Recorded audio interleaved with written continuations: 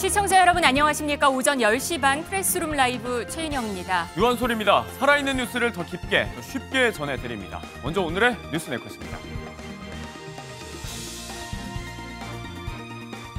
검찰이 어제 문재인 전 대통령에 대해 뇌물죄로 기소했습니다. 문 전 대통령은 오늘 퇴임 이후 처음으로 국회를 방문하는데 어떤 입장을 밝힐지 주목됩니다. 폴대 세우고 천막 얹고 말뚝 박고 빅텐트. 이제 사람을 들이려는 수순인데 한덕수 대행이 들어올까요? 이준석 후보는 아직 손사래를 치고 있습니다.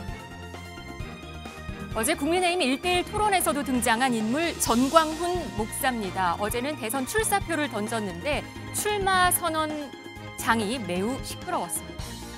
윤희수 국민의힘 여의도 연구원장 어제 계엄을 뉘우친다고 말했습니다. 여기에 문영배 전 헌법재판관의 대통령과 국회 갈등에 대한 블로그 글도 화제입니다. 네, 잠시 후에 다뤄보고요. 검찰이 문재인 전 대통령을 뇌물수수 혐의로 기소했습니다. 딸 다혜 씨 부부가 해외 이주와 취업 등으로 받은 돈 2억 원을 뇌물로 규정한 건데요. 네, 관련해서 오늘 문재인 대통령이 퇴임 이후에 처음으로 국회를 찾게 되는데 관련 입장을 직접 밝힐지도 관심이 쏠리고 있습니다.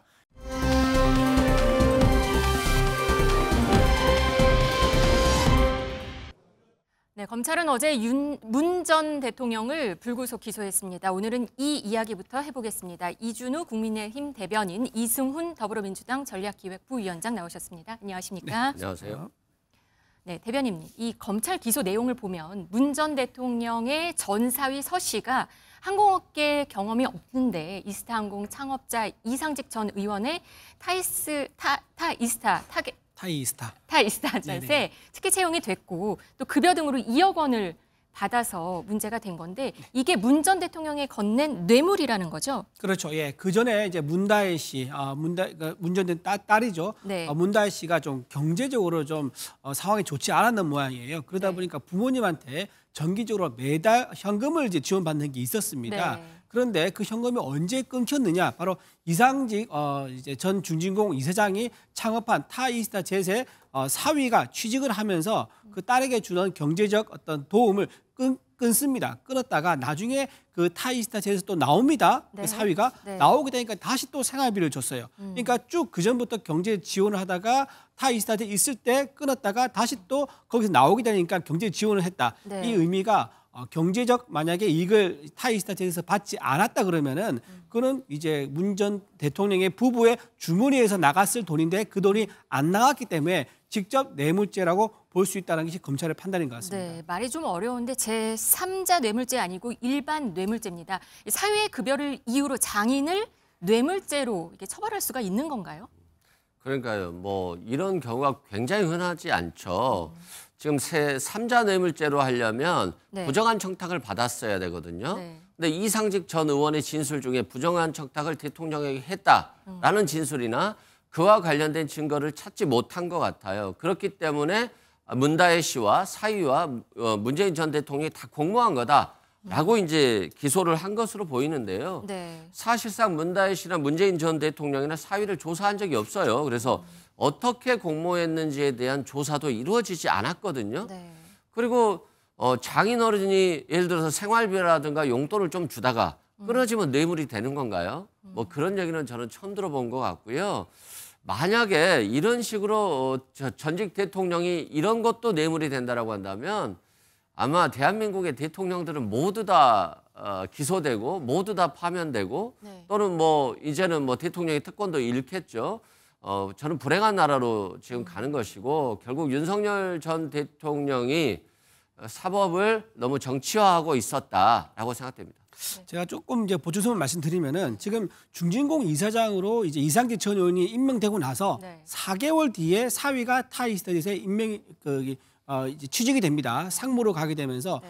영어도 못하고 항공 경험이 없음에도 불구하고 거기서 이제 고액의 연봉을 받았어요. 주거비도 받았고요. 그러고 나서 나중에 중진공 이사장이 또 공천도 받습니다. 국회의원 선거에서. 그때 경선도 하지 않고 공천을 받았어요. 그러니까 무슨 말이냐. 이사장 받은 거에 대가 그리고 본인 공천받는 대가로 사위에게 경제 지원을 한 게 아니냐라는 그런 대가성이 있다는 게 지금 말을 하는 거고요. 그다음에 아까 조사 안 했다 그러는데 조사에 불응을 해서 조사를 못한 거죠. 자녀가 묵비권을 행사했었고요. 사위도 묵비권 행사했었고 또 관련돼서 조국 전 수석도 출석했는데 묵비권 또 백오는 전 민정비서관도 묵비권을 행사해서 네. 조사가 이루어지지 못했다. 그렇게 말씀드립니다. 시점이 좀 그렇습니다. 근데 문 전 대통령 변호인단은 이 진술권과 반론권의 기회조차 주지 않고 벼락 기소했다고 맞섰습니다. 전 정권 정치탄압대책위원회 긴급 기자회견 보시겠습니다. 검찰은 부정한 청탁을 찾을 수가 없었습니다. 그렇게 되면은 이 제3자가 뇌물 수혜자인 제3자 뇌물죄는 기소하기가 어렵게 된 것이죠. 이렇게 되니까 검찰은 수사 방향을 어디로 트냐면 단순 뇌물죄로 틉니다. 급기야 이제 문재인 대통령의 소환 조사를 요구를 했고요.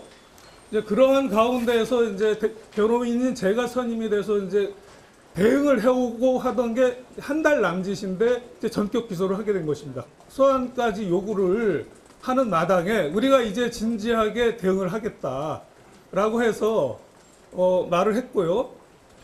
그러면서 서면 문답서를 보내라고 했습니다. 대통령 기록물도 확인하고 이러한 시간이 필요하니 4월 말까지 기다려달라 그랬습니다.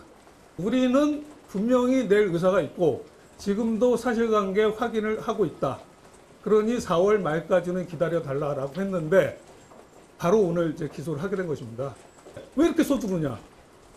일반 피의자도 이렇게 번개불에 콩 볶아 먹듯이 수사를 재촉하지 않는다.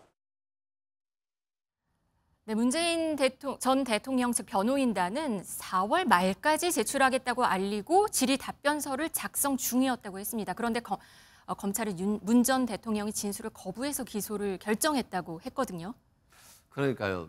이게 뭐 수사 기간이 짧았던 게 아니잖아요. 3년 동안 수사했는데 네. 아니 한 달 정도만 시간 달라 답변서 제출하겠다. 이게 그렇게 긴 시간인가요?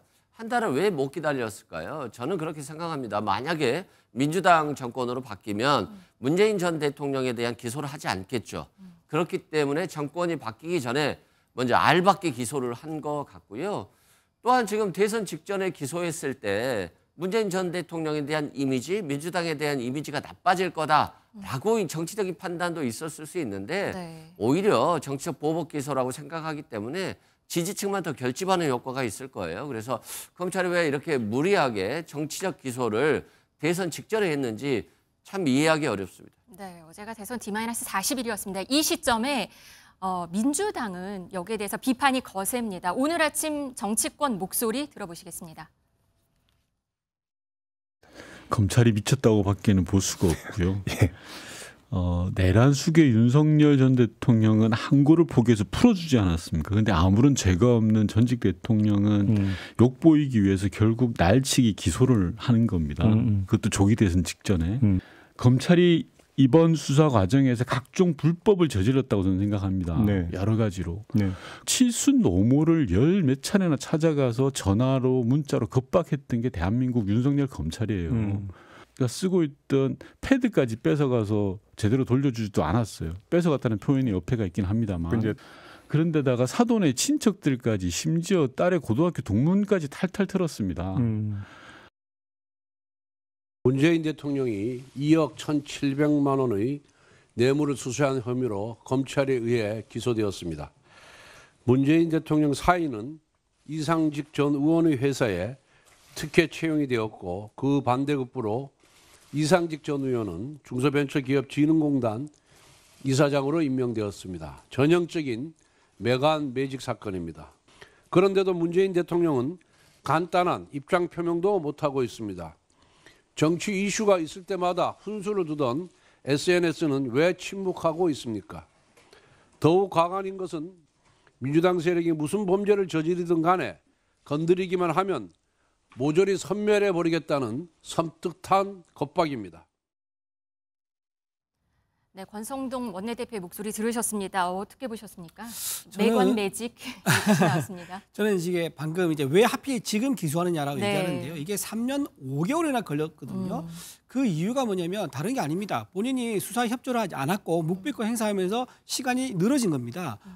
그런데 이렇게 한 달 더 기다리면 된다? 그런 식으로 따지면은 한 달, 또 한 달, 또 한 달이면 영원히 할 수 없는 거지요. 그렇기 때문에 이거는 이제 수사가 이제 숙성됐다 그러면 지금 기소한 게 맞다 생각되고요. 또 하나 지금 만약 문재인 전 대통령 이 혐의가 기소가 만약 안 되지 않습니까? 기소를 안 하게 되면 어떤 선례가 만들어지냐면은 만약에 공무원에게 뇌물을 주고 싶은 사람이 있으면 이렇게 하면 됩니다. 그 공무원 자녀를 채용을 하고 그리고 본인이 원하는 것을 얘기를 하면 뇌물이 합법적으로 전달되는 그런 방식이 되는 거예요. 그래서 그런 선례를 만들 수는 없는 거 아니겠습니까? 자녀를 채용시켜주고 본인의 특혜를 제공하거나 또는 어떤 관직을 받거나 하는 그런 게 합당화되는 그런 문제를 만들 수 있기 때문에 여기에 대해서 기소를 안 하고 넘어갈 수 없는 거다라고 말씀드리고 재판 지연의 결과는 본인들의 수사를 피했기 때문에 이루어진 거지 어떤 정치적 현황을 보고 한 건 아니다 그렇게 좀 말씀드립니다. 네, 윤건영 의원은 다소 수위 높은 말을 했습니다. 이거 쟁점을 어떻게 봐야 될까요? 한번 생각해 보시죠. 매관매직을 하려면 뭐 청탁을 해야 되잖아요. 근데 대통령에게 청탁도 안 했는데 기소하면 어떻게 되는 거죠? 네. 그리고 대통령의 사이가 왜 태국까지 가서 그런 대우를 받았냐, 취직을 했냐 그러는데 대통령이라고 하는 권력을 가지고 국내에 취직하면 더 많은 혜택을 볼 수 있겠죠. 그럼에도 불구하고 굳이 태국까지 갔다라고 하는 것은 국내 정치에 개입하거나 이권에 개입하는 것이 문재인 전 대통령 입장에서 보면 굉장히 불편했을 거예요. 이걸 못하게 막고 싶었을 겁니다. 그래서 사위가 태국 간다니까 더 좋았겠죠. 그런 측면에서 전체적으로 봤을 때 문재인 전 대통령과 관련해서 이걸 뇌물죄로 기소하는 것 자체가 이해하기 어렵고요. 윤석열 정부의 검찰은 좀 특이한 것 같아요. 김건희 여사는 23억의 도이치모터스 주가 조작 의혹으로 수익을 받는데 기소도 못 하잖아요. 무혐의 처분했잖아요. 관련 공범들은 다 기소돼서 유죄가 확정됐거든요. 그리고 건진 법사는 6천만 원짜리 다이아몬드를 김건희 여사한테 전달한 거 아니야. 이런 의혹이 있어요. 이거 다 수사하면요. 여러 번 더 구속돼야 될 것 같아요. 그래서 지금 검찰의 형태는 여전히 아직 윤석열 전 정부의 그림자에서 벗어나지 못했다라고 말씀드립니다.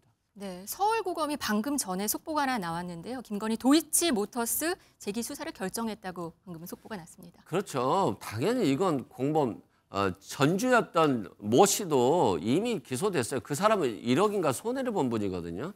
23억이나 이익을 받기 때문에 당연히 재수사하는 것이 당연한 것이다라고 말씀드립니다. 문재인 정권 말기에 시작한 이 검찰 조사가 윤 정부에서 사실 끝내지 못하고 물러난 뒤에 이런 결과가 나온 건 좀 늦은 감이 있다는 지적도 있긴 합니다. 기소 시점이 좀 찜찜하다고라고 말이 나오기도 하는데요. 한편에서는 문 전 대통령을 보호하려 했다는 윤 전 대통령 입김이 사라진 영향이라 이런 시선도 있습니다. 그렇게 볼 수도 있겠지만 실제로 윤석열 전 대통령이 문재인 전 대통령 보호하려고 했었다. 그렇게 볼 증거는 일단 없습니다. 네. 법과 원칙에 따라서 수사를 하게 맞는 거고요. 네. 그리고 매간매직 어떤 그 청탁의 어떤 구체성이 없었다고 자꾸 말씀하시는데 중진공 이사장이라는 공직 자료를 받았지 않습니까? 그리고 총선에서 경선 없이 그냥 전략 공천해가지고 공천을 받아 실제 국회에 됐습니다. 그게 바로 대가인 거지요.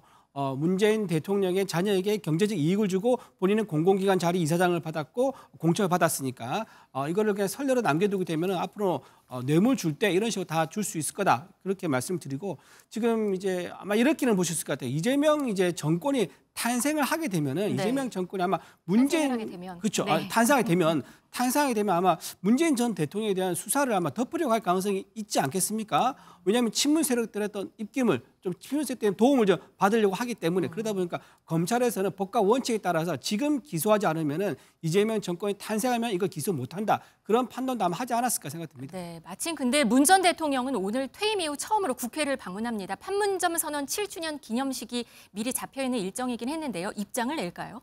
아마도 간단하게 의사표시를 할 수는 있을 것 같아요. 자신과 무관한 얘기다. 그리고 검찰의 정치 보복이었다. 이런 말은 할 수 있을 것 같고요. 자꾸 중진공 이사장 임명과 관련해서 뇌물을 받은 것이다. 이렇게 얘기하는데요. 입증해야 되는 거 아닙니까? 그냥 중진공 이사장에 임명이 되면 뇌물 받은 건가요? 검찰의 수사가 아직 전혀 입증도 되지 못한 상태에서 어설프게 급작스럽게 기소한 것 같다라고 생각됩니다. 네, 오늘 오후 오랜만에 또 국회를 찾는 문 전 대통령의 입에 주목을 해볼 필요도 있을 것 같습니다.